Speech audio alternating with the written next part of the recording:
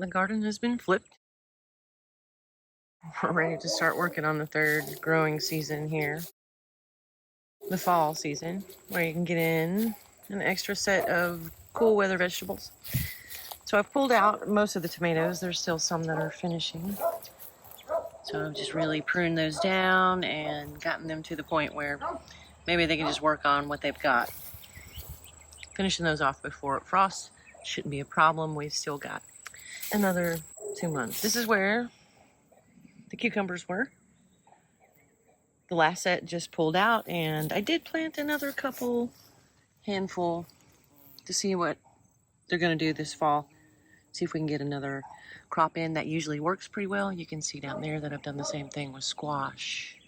So that's a summer squash, a patty pan, a Cherokee bread, little summer squash, a scallop squash. They're really pretty.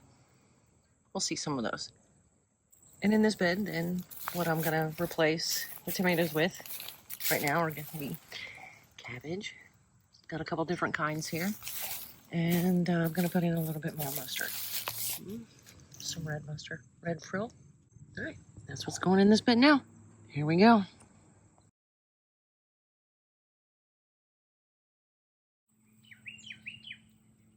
Lots of baby cabbage just went in.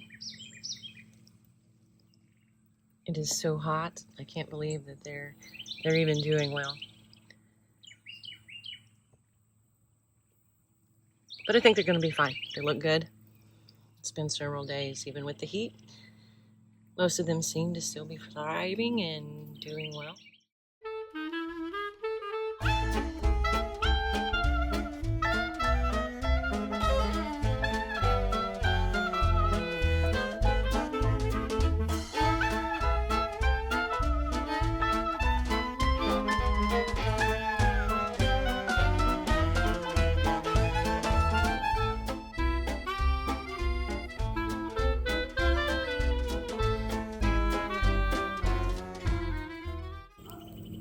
Sugar snap peas just starting to come up where the cucumbers were. Late round of cucumbers. They, of course, are liking the heat very much, and they're coping pretty well. In the fall, we begin to have a lot of mildew, downy mildew, and diseases of the leaves. But I've been pulling those off, and these plants are coping pretty well. If they can make it just a little bit longer, that'll sort of fade away, and we'll see if we can get a late harvest out of the cucumbers. I think we can. So this plant conveniently propped its little watermelon up on the rail of the fence. But this one is ready, and we're going to take a look at its tendril, and I'll show you what I mean. So if you come in and you take a good look at where the tendril is. So you can see the tendril coming off the base there. It's gripped onto the fence still, but it is brown. This melon is ready to go. It could be picked now, and they'll keep for just a minute. These are little sugar babies. They've been fun to grow. These are the patty pan squash, the summer squash, the scallop squash. So I'll take you in and let you see what that looks like as they're coming ready. And this is a young one, right? Just forming.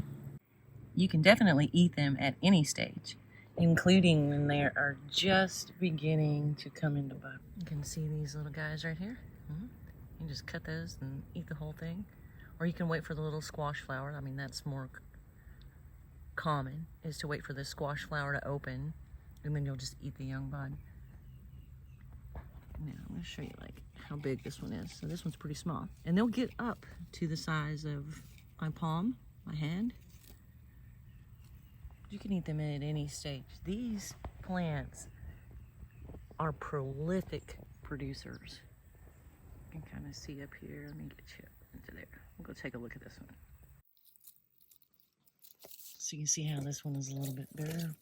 And I could really just take it and go ahead and eat it today. I'm going to let it go another couple days just to get a little more size on it. It's going to be the first one. You got one over there. So you could take that one and eat it just like that.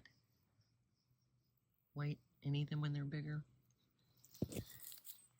They produce like crazy, like all squash and zucchini plants can and do if they're getting enough water. So if you are in a drought situation or you have little rainfall in a hot summer, you just want to make sure that you take, you can see here where I have like come in and ripped its little arms off from all over the base of the plant. Take a lot of those leaves off. They produce so many leaves. Vines that come off of these plants as well. I'll show you what that means.